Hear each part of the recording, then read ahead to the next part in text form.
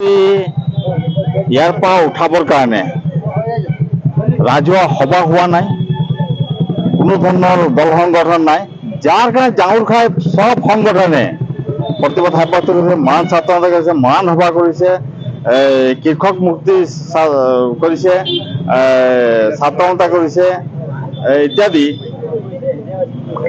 যুৱ চাপ পৰিষদ কৰিছে, গোটেই সংগঠনবিলাকে প্ৰতিবাদ কৰিছে। এইটো আচলতে পুৰণি এটা চিনাকি আৰু ভাৰতবৰ্ষৰ স্বাধীনতা কৰা ব্যক্তিজন আজি মহাত্মা গান্ধী। ভাৰতত সন্মান আছে বিভিন্ন ঠাইত, কিন্তু ডুমডুমাত অসমত ইয়াৰ সন্মান নষ্ট কৰি মুচি পেলাবৰ কাৰণে মুখ্যমন্ত্ৰীয়ে নিৰ্দেশ দিছে।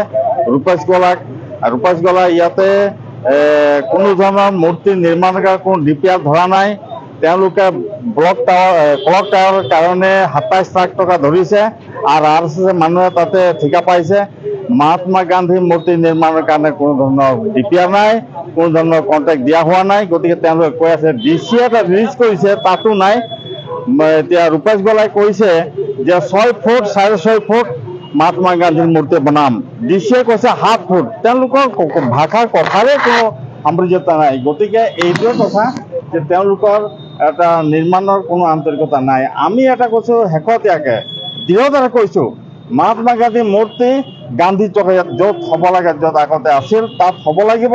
তাত কোনো ক্লক টাৱাৰ পশ্চিমীয়া সংস্কৃতি, ব্ৰিটিছৰ সংস্কৃতি ইয়াতে স্থাপন কৰিব নালাগিব। এইটো কথা আমাৰ দাবী। আৰু এই আন্দোলনটো চলিছে। আজি বৰষুণ হৈছে, বানপানী হৈছে, যাৰ কাৰণে বিভিন্ন ঠাইত মানুহ আবদ্ধ হৈছে। মানুহ সেইকাৰণে অহাটো আহি আছে, কিন্তু এতিয়া কথা ইয়াতকৈ তীব্ৰ আন্দোলন হ'ব। যদি আমাৰ মতে কাম নহয় তেতিয়াহ'লে ইয়াতকৈ তীব্ৰ আন্দোলন হ'ব। এয়া আমি প্ৰতিবাদ সাব্যস্ত কৰিম গণতান্ত্ৰিকভাৱে।